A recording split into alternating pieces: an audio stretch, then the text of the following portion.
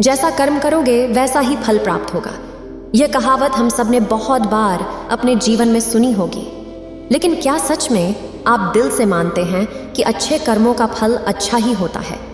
अंदर से कोई स्पष्ट उत्तर नहीं आ रहा होगा, क्योंकि हम अपने आसपास ऐसे बहुत से लोगों को देखते हैं जो जीवन भर अच्छे कर्म करते रहते हैं, लेकिन इसके बावजूद उन्हें अच्छे फल प्राप्त नहीं हो पाते। एक नौजवान कड़ी मेहनत करता है किसी परीक्षा में पास होने के लिए, लेकिन उस परीक्षा के परिणाम में उसे निराशा ही हाथ लगती है। तो इससे तो यही सिद्ध होता है कि जिन महापुरुषों ने ऐसा कहा है कि अच्छे कर्मों का फल अच्छा ही होता है, या तो महापुरुष गलत थे या फिर हम कर्मों का लेखा जोखा समझ ही नहीं पाते। पर चिंता मत करिए, क्योंकि आज की कहानी सुनने के बाद कर्मों के बारे में आपकी सोच, आपकी दृष्टि एकदम स्पष्ट हो जाएगी। कहानी को आखिर तक सुनने के बाद भी अगर आपके मन में कर्मों के बारे में कोई सवाल रह जाता है तो आप जरूर पूछना, क्योंकि आपके सवाल ही हमें चिंतन करने पर मजबूर करते हैं। पुराने समय की बात है, किसी गांव में श्यामू और राधे श्याम नाम के दो भाई रहते थे। पूरा गांव जानता था कि वो कहने को भाई थे, लेकिन भाई जैसा प्रेम उन दोनों में नहीं था। श्यामू बड़ा था और राधे श्याम से वह बहुत तेज और चालाक था। उसने राधे श्याम के हिस्से में आने वाली खेती बाड़ी की जमीन भी खुद हड़प ली थी। इसीलिए राधे श्याम के परिवार को बड़े ही कष्ट के दिन झेलने पड़ रहे थे।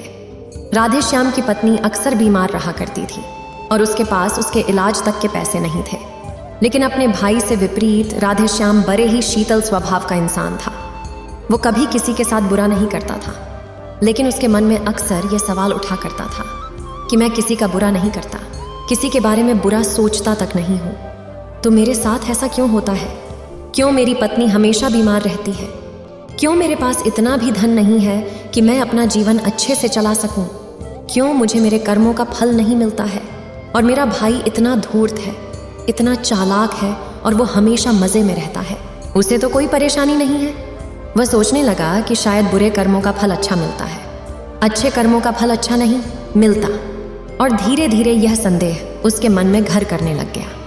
उसी गांव से कुछ दूर एक सन्यासी अपनी कुटिया बनाकर रहा करता था।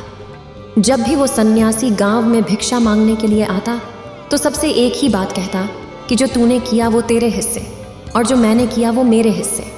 राधे श्याम इस बात का अर्थ कभी समझ नहीं पाया। एक दिन जब वो गहरी चिंता में डूबा हुआ था तो उसके कानों में यही शब्द पड़े कि जो तूने किया वो तेरे हिस्से और जो मैंने किया वो मेरे हिस्से। जैसे ही ये शब्द राधे श्याम के कानों में पड़े, वो गुस्से से तिलमिला उठा। उसने गुस्से में उस सन्यासी से कहा कि महात्मन, आप हमेशा ही की बात का रट लगाते रहते हैं जिसका कोई मतलब नहीं है। अगर आपकी बात सत्य होती तो मैं जीवन में अच्छे कर्म करते आया हूँ, तो मेरे हिस्से में तो अच्छे कर्म होने चाहिए थे, अच्छा फल प्राप्त होना चाहिए था, लेकिन मुझे कुछ भी अच्छा फल प्राप्त नहीं हुआ। मेरी पत्नी हमेशा बीमार रहती है, खाने तक के पैसे नहीं होते हमारे पास। सन्यासी ने बड़े ही शांत स्वर में कहा कि ऐसा प्रतीत होता है बंदे की परिस्थितियों से तुम हार मान चुके हो। कठिन परिस्थितियों ने तुम्हारी सोच पर गहरा असर डाला है।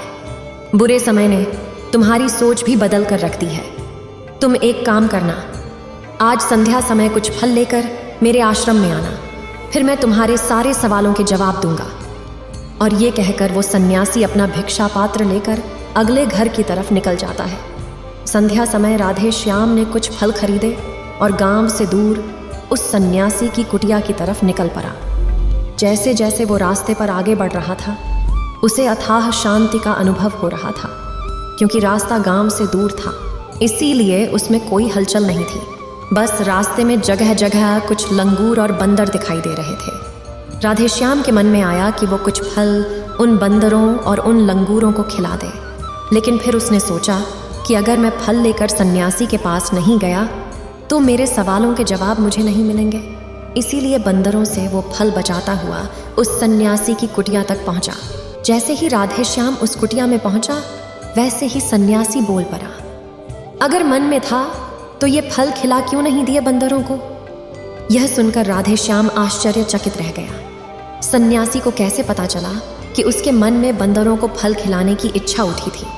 उसने पूछा कि महात्मन, आपको कैसे पता कि मैं बंदरों को फल खिलाना चाहता था? सन्यासी ने बड़े ही शांत स्वर में कहा कि जरूरी ये नहीं है कि मुझे कैसे पता चला। हम तो सन्यासी हैं, सबके मन की बात पढ़ लेते हैं। जरूरी ये बात समझना है कि जिस तरह से एक बछड़ा हजारों गायों के बीच अपनी माँ को ढूंढ लेता है, उसी प्रकार कर्म अपने कर्ता को ढूंढ ही लेता है। ये कर्म मेरे हाथों ही होना लिखा था। और ये कहकर सन्यासी ने उसके हाथ से फल लिए और बंदरों को खिलाना शुरू कर दिए। राधे श्याम इस बात का मतलब समझ नहीं पाया, इसीलिए उसने उस सन्यासी से सवाल किया कि महात्मन, मैं आपकी बात का आशय समझ नहीं पाया, कृपा करके मुझ अज्ञानी को इसका मतलब समझाने की अनुकंपा करें। सन्यासी ने बड़े शांत स्वर में कहना शुरू किया कि बंदे मनुष्य को हमेशा यही लगता है कि वही करने वाला है, वही करता है और वही कर्म करेगा। लेकिन समझने की बात ये होती है कि कर्म आपका खुद चुनाव करता है, आप कर्म का चुनाव नहीं करते। अगर आप किसी कर्म को करने के योग्य हैं तो हजारों लोगों के बीच में से कर्म आपको अपने आप ढूंढ कर निकाल लेगा। इसीलिए योग्य बनने पर ध्यान दो, कर्म करने पर ध्यान मत दो। अगर तुम सिर्फ कर्म करने पर ध्यान दोगे तो कभी योग्य नहीं बन पाओगे। योग्य बनने के लिए जिन कर्मों की आवश्यकता होती है, पहले उन छोटे छोटे कर्मों को करना शुरू करो, और जब तुम योग्य बन जाओगे तो बड़ा कर्म, या कहें कि मुख्य कर्म, या फिर जिस कर्म के लिए तुम बने हुए हो, वह कर्म तुम्हारे पास खुद चल कर आएगा। उदाहरण के लिए तुम इन बंदरों को देखो। इन बंदरों ने छोटे छोटे कर्म करके पैरों पर चढ़ना सीखा, गुलाटियां लगाना सीखा, और इसी प्रकार छोटे छोटे कर्म करते हुए ये मुझ तक पहुंच गए। और मुझ तक पहुंचने के बाद इनके पास इनका खाना उन्हें पहुंच गया। इसीलिए अपनी रोजमर्रा की जिंदगी में छोटे छोटे कर्म करते हुए अपने आप को योग्य बनाते जाओ, और जब तुम योग्य बन जाओगे तो अपने आप बड़ा लक्ष्य तुम्हें प्राप्त हो जाएगा। सन्यासी ने अगला कथन कहना शुरू किया, जो कि बहुत ही जरूरी था। ध्यान लगाकर सुनना, अगर तुम योग्य बनने के लिए कर्म नहीं करोगे तो दूसरे लोगों के कर्म भी तुम्हें प्रभावित करने लगेंगे। उदाहरण के लिए तुम्हारी पत्नी कई दिनों से बीमार है। तुम अक्सर यही सोचते हो कि मुझे किन कर्मों की सजा मिल रही है, लेकिन समझने की बात यह होती है कि तुम्हारी पत्नी बीमार अपने कर्मों की वजह से है, तुम्हारे कर्मों की वजह से नहीं है। तुम्हारे कर्म तो अच्छे हैं, लेकिन क्या पता तुम्हारी पत्नी के कर्म अतीत में अच्छे न रहे हो, जिसकी वजह से वह बीमार हो गई हो, और तुम्हारी पत्नी के कर्मों की वजह से तुम्हें भी दुख झेलना पड़ रहा है। और इसी प्रकार बहुत से मनुष्य अपने बच्चों की वजह से, अपने परिवार की वजह से, इन सब की वजह से दुख झेल रहे होते हैं। लेकिन जरा सोचो, अगर तुम योग्य होते तो तुम अपनी पत्नी का उचित इलाज करवा पाते, उसकी बीमारी दूर करवा पाते। और क्या पता, अगर तुम योग्य होते तो तुम्हारा किसी दूसरी स्त्री के साथ विवाह हुआ होता जो स्वस्थ होती। लेकिन तुम योग्य नहीं थे, इसीलिए तुम अपनी पत्नी की वजह से कुछ दुख झेल रहे हो। अगर तुम योग्य बन जाओगे तो दूसरे लोगों के कर्म तुम्हें प्रभावित नहीं कर पाएंगे। सन्यासी ने राधे श्याम को चेतावनी देते हुए कहा कि याद रखना राधे श्याम, आपको वो नहीं मिलता जो आप चाहते हो, बल्कि वो मिलता है जिसके आप योग्य हो। इसीलिए अपनी योग्यता को बढ़ाने पर काम करो, उसके लिए कर्म करो। कर्म का फल पाने के लिए कभी कर्म मत करो। राधे श्याम ने सन्यासी से हाथ जोड़कर एक सवाल पूछा कि महात्मन, मुझे ये बताने की अनुकंपा करें कि मैं अपनी योग्यता किस प्रकार बढ़ा सकता हूँ ताकि मेरा मुख्य कर्म मुझको खुद ढूंढ सके।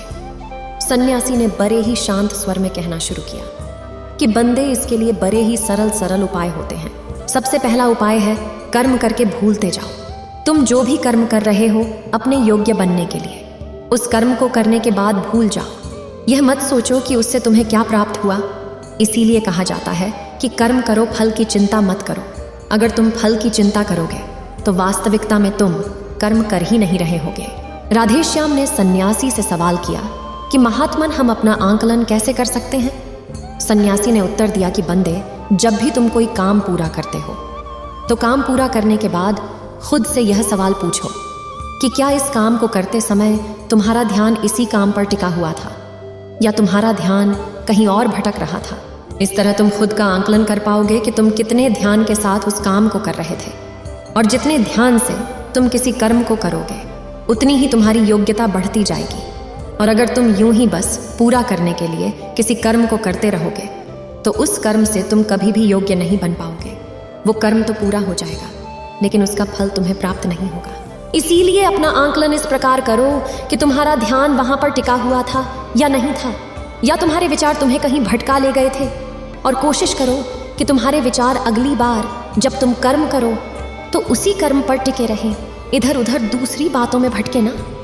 राधे श्याम ने इस पर एक सवाल पूछा कि महात्मा, जब भी हम कोई कर्म करते हैं तो हमारा मन विचारों से ग्रस्त हो जाता है, वह तरह तरह की बातें सोचने लगता है, तो हम किस तरह अपने मन को एक ही कर्म पर टिकाकर रख सकते हैं? इसके लिए कोई उपाय बताएं। सन्यासी ने इसका उत्तर देते हुए कहना शुरू किया कि बंदे, जब भी तुम किसी कर्म को करते समय अपना पूरा बहाव उसमें डाल देते हो तो तुम्हारे विचार उसी कर्म पर केंद्रित रह सकते हैं। पूरी निष्ठा, प्रेम और सद्भाव के साथ किया गया कर्म तुम्हारे विचारों को इधर उधर नहीं भटकना देता। विचार तभी तुम्हें दूसरी दिशाओं में बहा कर ले जाते हैं जब तुम उस कर्म को पूरी निष्ठा के साथ नहीं करते, उसमें पूरा प्रेम नहीं डालते, उसमें पूरा बहाव नहीं दिखाते। जब ये तीनों चीज़ें तुम उस कर्म में डाल देते हो तो स्वाभाविक रूप से तुम पूरी तरह उस कर्म में सम्मिलित हो जाते हो और तुम्हारा मन और मस्तिष्क एक ही जगह पर टिका रहता है। सन्यासी ने अपनी बात खत्म करते हुए कहा कि अगर कोई इंसान, कोई मनुष्य इन उपायों का सही तरीके से इस्तेमाल करता है, उनका पालन करता है, तो वो किसी भी कर्म के लिए अपने आप को योग्य बना सकता है। और एक बार अगर वो योग्य बन जाता है तो उसी बछड़े की भांति उसका कर्म उसे अपने आप ढूंढ लेता है। राधे श्याम को कुछ पलों के बदले जीवन भर का ज्ञान मिल चुका था, उसे स्पष्टता मिल चुकी थी, उसके सारे मन के सवाल खत्म हो चुके थे। उसने सन्यासी को प्रणाम किया और वहां से अपने घर के लिए निकल पड़ा। रात हो चुकी थी और रास्ते पर अंधेरा छाया हुआ था। वह इन बातों के बारे में विचार करता हुआ अपने घर की तरफ निकल पड़ता है। उम्मीद है आप सभी को यह वीडियो अच्छी लगी होगी। अगर आप बुद्ध के सच्चे विश्वासी हैं तो चैनल को सब्सक्राइब और वीडियो को लाइक करके कमेंट में नमो बुद्धा लिख दीजिए।